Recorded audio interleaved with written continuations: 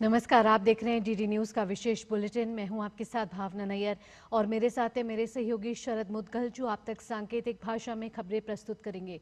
शुरुआत करते हैं बुलेटिन की इस वक्त की अहम सुर्खियों के साथ। प्रधानमंत्री नरेंद्र मोदी आज इंडिया मोबाइल कांग्रेस के 9वें संस्करण का करेंगे उद्घाटन। दिल्ली में होगा एशिया का सबसे बड़ा दूरसंचार कार्यक्रम।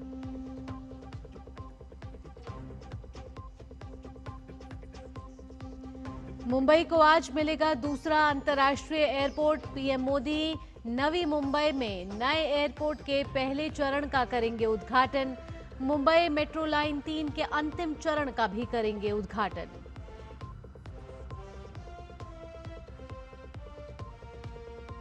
ब्रिटेन के प्रधानमंत्री कियर स्टारमर का आज से 2 दिन का भारत दौरा। कल मुंबई में प्रधानमंत्री मोदी से करेंगे मुलाकात। व्यापार टेक्नोलॉजी संबंधों को मिलेगा बढ़ावा।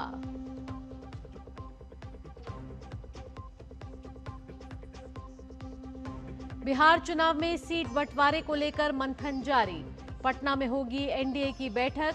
दिल्ली में कांग्रेस चुनाव समिति की बैठक में उम्मीदवारों की पहली लिस्ट पर लग सकती है मोहर।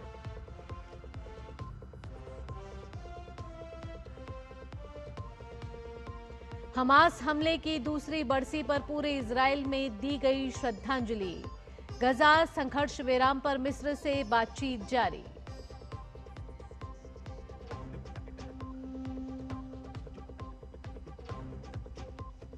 लिंथोई चानम्बम ने जूनियर जूडो वर्ल्ड चैंपियनशिप में भारत को पहला पदक दिलाकर रचा इतिहास। 63 किलोग्राम भार वर्ग में जीता कांस्य।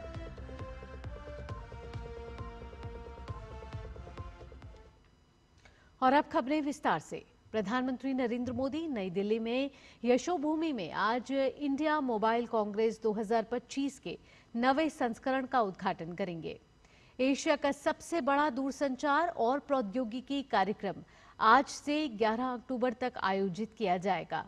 इस वर्ष कार्यक्रम का विषय परिवर्तन के लिए नवाचार, डिजिटल परिवर्तन में भारत के नेतृत्व को प्रदर्शित करना है। इस कार्यक्रम में ऑप्टिकल संचार, दूरसंचार में सेमीकंडक्टर, 6G, क्वांटम संचार, सेमीकंडक्टर, ऑप्टिकल नेटवर्क और साइबर धोखाधड़ी की रोकथाम जैसे विषयों पर चर्चा होगी। कार्यक्रम में 400 से ज्यादा कंपनियां, लगभग 7,000 वैश्विक प्रतिनिधि और 150 से ज्यादा देशों के लगभग 1.5 लाख विजिटर हिस्सा लेंगे।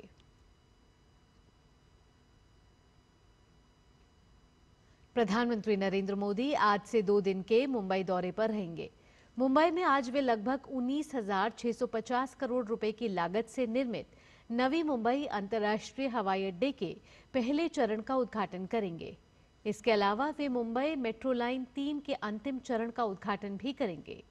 मेट्रो लाइन 3 कुल 37,270 करोड़ रुपए की लागत से बनकर तैयार हुई है। इस अवसर पर वे उपस्थित जनसमूह को भी संबोधित करेंगे। कल भारत ब्रिटेन रणनीतिक साझेदारी को मजबूत करते हुए प्रधानमंत्री मोदी मुंबई में ब्रिटेन के प्रधानमंत्री कियर स्टारमर से भेंट करेंगे। प्रधानमंत्री मोदी और प्रधानमंत्री स्टारमर भारत ब्रिटेन रणनीतिक साझेदारी और विजन 2035 रोड मैप की समीक्षा करेंगे।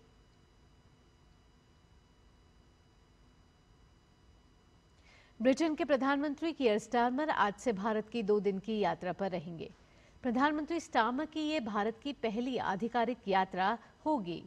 प्रधानमंत्री नरेंद्र मोदी के निमंत्रण पर हो रही ये यात्रा है। ब्रिटेन के प्रधानमंत्री कियर स्टारमर और प्रधानमंत्री नरेंद्र मोदी मुंबई में कल विजन 2035 के विभिन्न पहलुओं पर भारत ब्रिटेन व्यापक रणनीतिक साझेदारी के विभिन्न क्षेत्रों में प्रगति की समीक्षा करेंगे। ये साझेदारी व्यापार, निवेश, प्रौद्योगिकी, नवाचार, रक्षा, सुरक्षा, जलवायु, ऊर्जा, स्वास्थ्य, शिक्षा और लोगों से लोगों के संबंध जैसे मुख्य स्तंभों के बारे में 10 वर्ष की निर्धारित रूपरेखा पर ध्यान केंद्रित करती है। बिहार में मतदान की तारीखों का ऐलान होते ही राजनीतिक दलों के बीच बंटवारे को लेकर हलचल तेज हो गई है। इसी क्रम में आज पटना में एनडीए के सभी दलों की बड़ी बैठक रखी गई है। इसमें भाजपा, जेडीयू, एलजेपी-आर और बाकी दलों के शीर्ष नेता शामिल होंगे। बैठक में सभी दल चुनाव में सीटों को लेकर अंतिम निर्णय पर पहुंचने की कोशिश करेंगे, जिससे उम्मीदवारों की घोषणा पर कार्य किया जा सके। बिहार में विधानसभा चुनाव को लेकर कांग्रेस पार्टी तैयारी में जुटी है।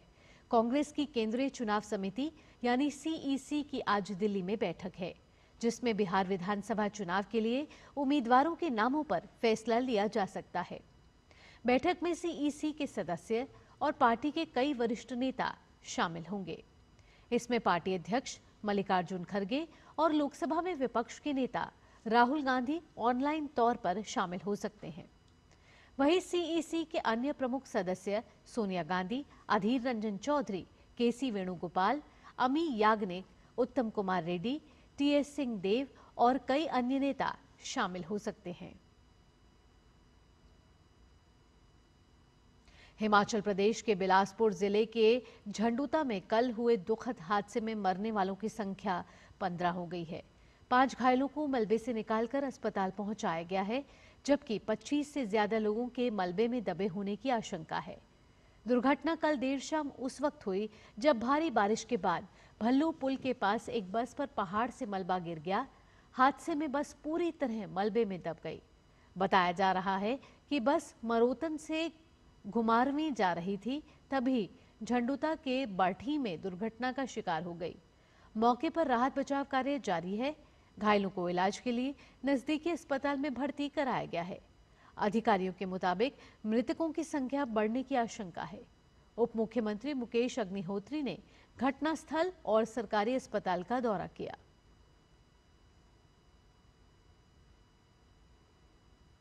इस हादसे पर प्रधानमंत्री कार्यालय ने दुख जताते हुए एक्स पर लिखा है कि हिमाचल प्रदेश के बिलासपुर में हुए एक हादसे में हुई जान माल की हानि से दुखी हैं।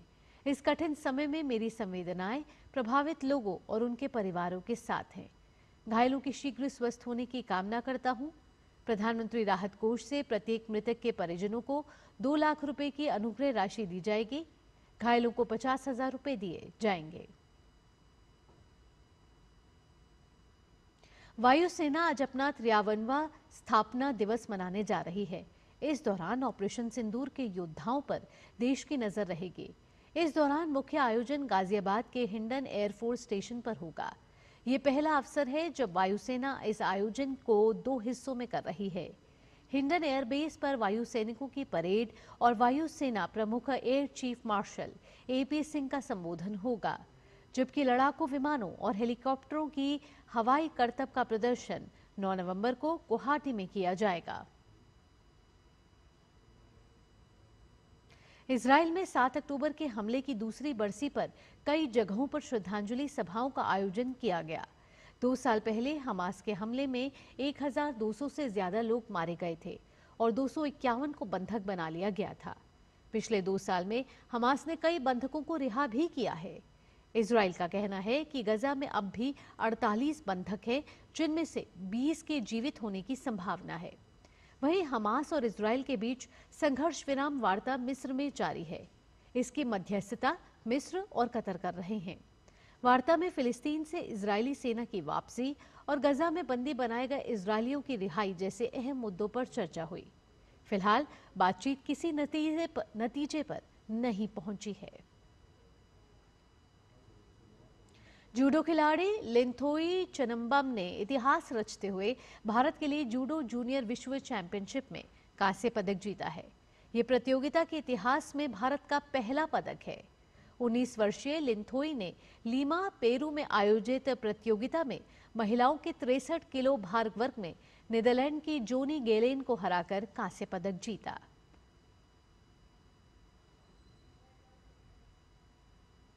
महिला वनडे वर्ल्ड कप 2025 में कल खेले गए एक लो स्कोरिंग मैच में इंग्लैंड ने बांग्लादेश को 4 विकेट से हरा दिया। पहले बल्लेबाजी करते हुए बांग्लादेश की टीम 49 ओवर और 4 गेंद में 178 रन बनाकर आउट हो गई। हीदर नाइट और चार्ली डीन ने मोर्चा संभालते हुए टीम को 46 ओवर और 1 गेंद में 4 विकेट से जीत दी। नाइट ने 79 रन की नाबाद पारी खेली और उन्हें प्लेयर ऑफ द मैच चुना गया।